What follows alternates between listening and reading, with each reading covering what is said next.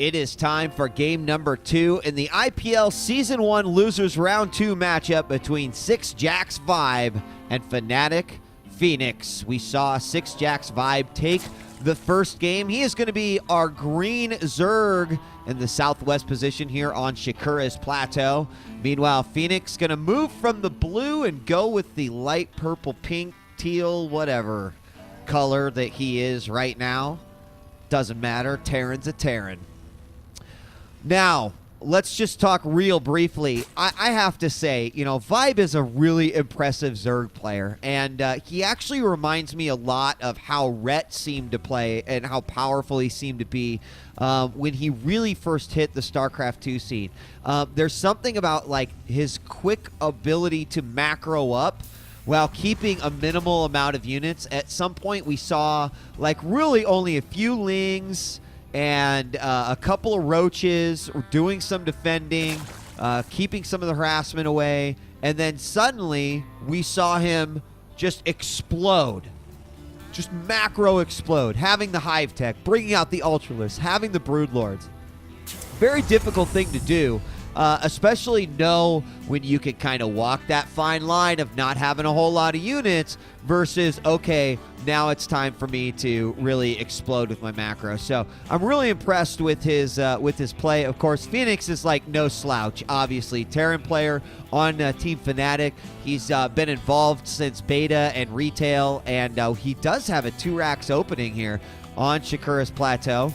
Second racks going down here at the front. It does look like a drone from ViBE is going to be making its way out here through the tall grass of the Shakura's Plateau.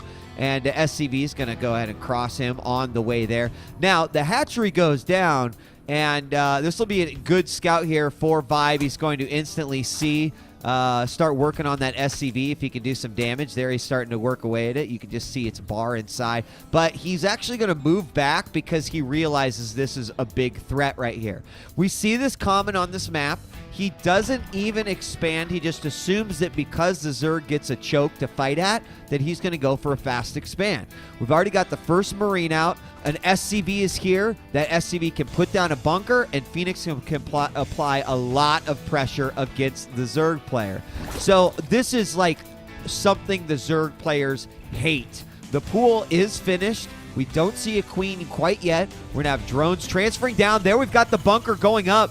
But I have to say that is a really, really late bunker. One Marine is out. I do not think he's going to get that finished. He's got enough drones down here. I think that he needed to have that bunker started a long time ago. He's going to move these back. He doesn't want to lose that Overlord, so he's going to start 2 bunkers now. But the Lings are out there. Going to start working on the SCVs. He cannot lose those SCVs. That will completely ruin this. And there, Phoenix does take it down. He's got a spine crawler that's on the way. He's going to cancel those bunkers. And that was a very successful hold on a traditional 2 racks push from the Terran against the Zerg right there. Again, I'm not a pro Terran by any means, but I feel like the bunker probably went up a little bit too late.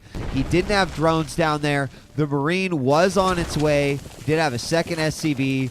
Now that's pretty much completely taken out. The creep is spread. We've got the spine crawler down. Let's take a quick look at the supply here. See, it's 26, 27, pretty even. In terms of harvesters, a Zerg with, we have got Marines coming in. They're like, well, he's not going to have that much. He's not going to expect this coming. He's going to try to take out a queen early on. He's going to get out of the range of the spine crawler. Now he can do a ton of drone damage. The Marines faking and feigning a retreat. Now, what's going to happen is the Zerg is, he takes out an Overlord. That is monstrous. Here comes some Lings. The drones are going to have to get in on this action too. Queen goes down.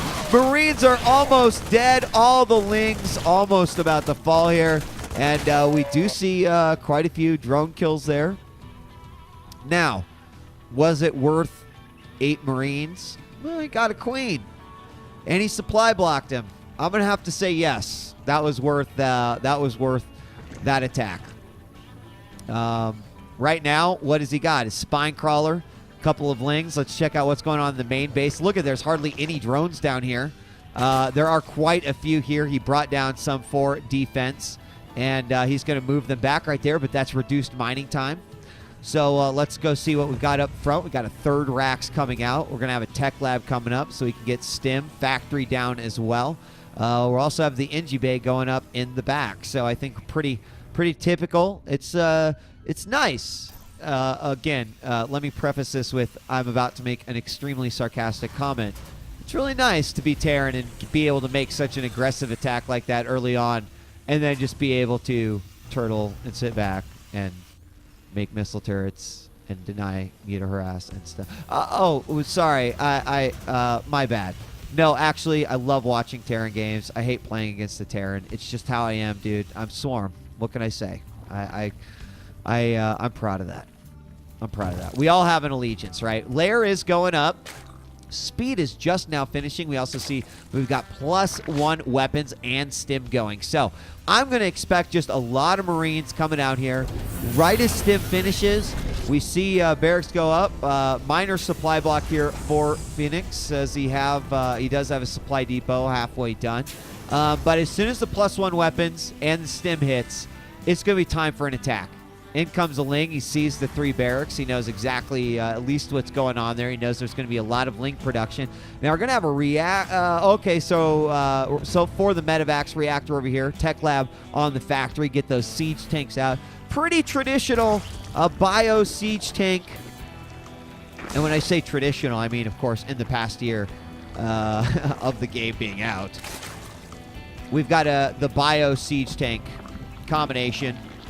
Evolution Chamber with a +1 melee attack. The Infestation Pit. So opting to not go with roaches at all. Really only got those roaches out in the first game because he had the threat of Hellion. So I'm curious to see what he'll do with the Banelings. He's going to take a third base, like this idea. Has this Ling right here.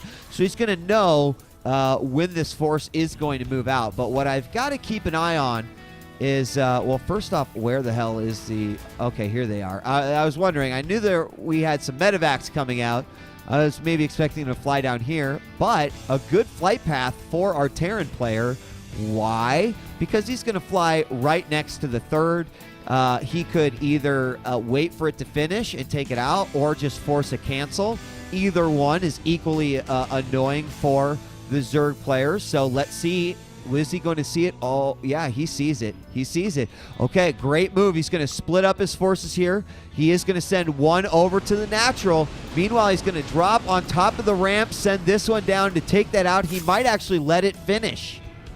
Nope, he's not. He's just going to go forward. He stims up. I don't know why he stimmed all the way back here, but he's going to take it out. Okay, here come the Lings. How quick is this medevac going to pick up? And does not lose a single Ling. Meanwhile, we got another attack in the back. He can take out the base. Oh, huge fumble on this drop right there. A ton of Marines going to fall. Only one Marine left standing. The Marines do fall down right, or do get emptied from the medevac right here. They are going to move forward yet again. Oh my gosh, he's going to lose a lot of Marines. And so far, Vibe with a very impressive showing of control here. One Marine still, as the medevac must have gone down, but one Marine was stopping that.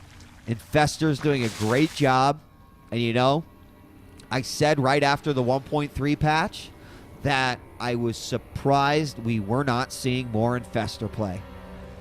I felt like, you know, it is such a powerful tool. If you're all Roach, it can handle air threats. It obviously does a great job being a root. Now it does the additional damage versus armored. Against Protoss armies, it's great. Against heavy Roach armies, it's great. Against a Terran force, it's great. I mean, look at that. 2 fungal growths could stop that whole force from moving. And then Banelings do some ridiculous damage. And Mutas, move back just in time. Okay, Infester's going to try to move into position, and these Infestors will be such a huge deal here if the Terran player decides to push. The fact that he's sieged up right here tells me that he's, Mutas could hit the siege tanks. Is going to move in, try to go for a Marines. Got to be really careful here. Could go after a medevac as well. Oh, moves forward towards the Marines. Not sure I totally agree with that. More Lings coming out, more Mutas as well. He's got 3 Infestors gaining more and more energy. 2 Fungals on that one, Fungal on that one, and so he's got 4 Fungals available. Fungal growth, of course, being 75 energy. And the scan is going to give away his infestors. He does have, and is getting a good size amount of mutas. So mutas could come forward here. I'm surprised he's not trying to bait a little bit more here. He's got these Marines spread out. They are going to stim away. That's when you want to get away from them, when they're doing a ridiculous DPS. But it kind of looks like he just wants to swing around the back and take out those siege tanks, one of the great utilities of the Mutalisk. Oh, is he gonna? Oh, before the missile turrets go up, does it? No.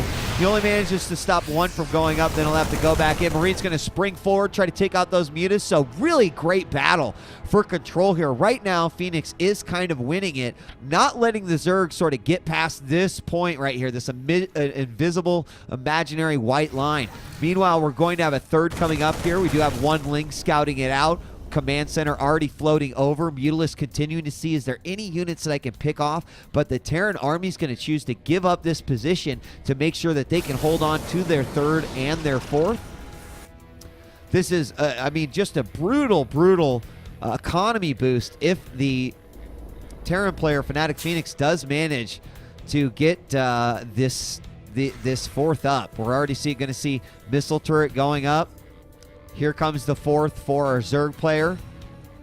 He definitely knows that he's got to respond. Take a quick look at the supply. 126 for our Zerg. He is going to go in from the back. He actually separates his damage there. Going to try to take out two. SCV's moving up to repair. Oh no, he's going to lose all these mutas if he's not careful. Now down to 4 and gave up an awful lot of supply there. Down to 114 supply to 140 for the Terran. As far as harvesters go, 63 for Zerg, 73 for our Terran player. He's getting +2 weapons and armor. We've got adrenal glands coming up. So this is really what ViBE likes to do. He likes to poke, attack, do a little bit of damage, try to keep his opponent from attacking into him, and then he likes to get all this hive tech. So what do we have coming out? We see the Ultralisk Cavern being completed there. We don't have a Greater Spire yet. He did go Ultras. Did we have a drop up here? It looks like we have a drop in the back. We have a lot of drones heading over as this hatchery is going to complete. So is he going to lift them back up? He unloads the Marines to heal them back up. But meanwhile, in the middle, does look like the Terran force moves forward. And what a great way to throw off your opponent. Attack from one location and then move forward and siege up. We got to keep an eye on both of these things. We are going to see Spinecrawler go down. Did I just hear a Nidus Worm? Oh my god, we got a Nidus Worm going into the natural. Zerglings do come in, and it doesn't take a lot for them to do some serious damage. We do have a siege tank up here, and that will stop this Zergling force, but my gosh, what a great attack.